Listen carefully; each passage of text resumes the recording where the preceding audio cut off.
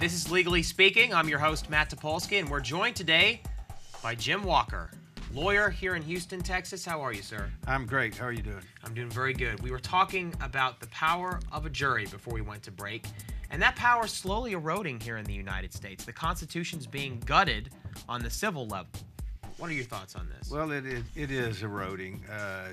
The Constitution and the civil arena, oh, boy, it's been greatly altered from what our forefathers hoped that it would be. First of all, the jury was supposed to be the group that was in control of the courtroom. Mm-hmm. They were supposed to be the ultimate deciders. Yeah. It was only sometime after that they added a judge. And slowly but surely, the judge has taken over the supreme authority, and the jury apparently just happens to be there for. And the judge's place was just supposed to be as a caretaker, sort of overseeing the order to of keep the court. things organized, yes, and to assist and aid the jury in understanding what was going on. Now the judge is basically the supreme ruler of the courtroom. Yes. And the jury just happens to be there, I guess.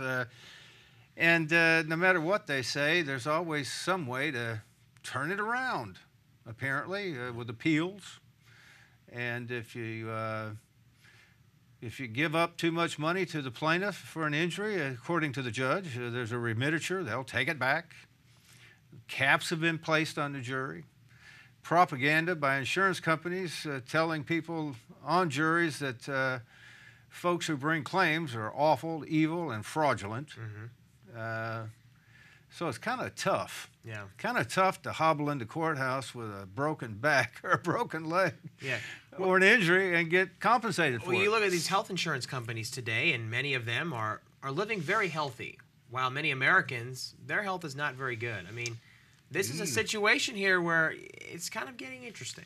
Well, I can tell you, I recently heard that one of the major health carriers here in Texas, I can't say the insurance company's name, but they're one of the health care providers, insurance companies. I'm trying to narrow it down for you.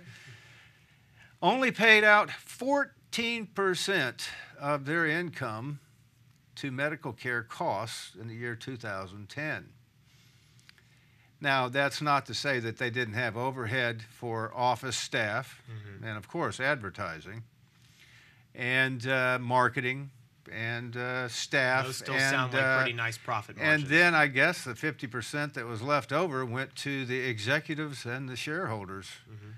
All I know is if you're paying out 14% of your income for actual health care costs for your clients, your insureds, your customers, you're making some pretty good money. Yeah.